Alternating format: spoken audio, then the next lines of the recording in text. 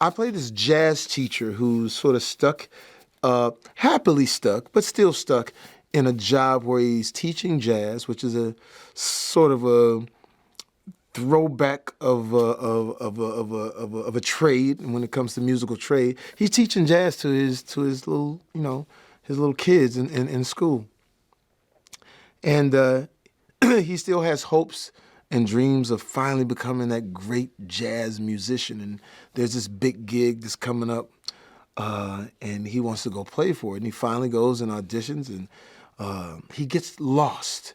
And for musicians or anybody out there, when you get lost in your craft, he's just in his thing, auditioning, no nerves. He just went, and they said, "Wow, you're great. You will have the gig.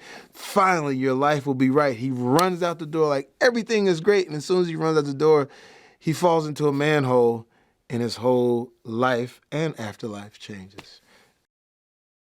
22 is I would say, lack of a better word, not cynical, but it's like, doesn't really see the reason to enjoy this earth thing.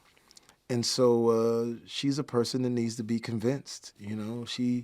She's been, for lack of a better word, stuck in this delightful limbo for a while, and just, hasn't met the right person to tell her the right things to make her understand how life on earth could be. And so she's a tough cookie, played by Tina Fey wonderfully. You got the talented Tina Fey, who's just, come on. That her mind and the way she works is amazing, and plus she's a writer as well. She started out as a writer, and being on Saturday Night Live. So just to be able to sort of go back and forth, even when we weren't in the same room with each other, we was only in the same room a couple of times, but just being in her presence, man, made everything elevated. Powers and Doctor, man, the powerful doctors. You know what was great about them? The way they compliment each other.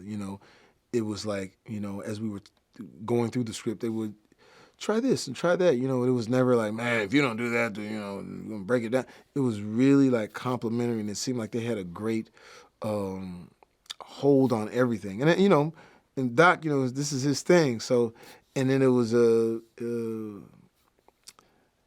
good challenging part of it is to make it animated. Because, you're going to talk and talk and talk and talk and talk, and then I guess they would call it the animated sweet spot when you say it the right way that sounds like, oh yeah, that's animation. It's the incredible Pixar, you know what I mean? The way they think 4, 5, 6 dimensional, you think about it, the movies that have come before when they deal with these types of subject matters are really, really open up different sides of your head.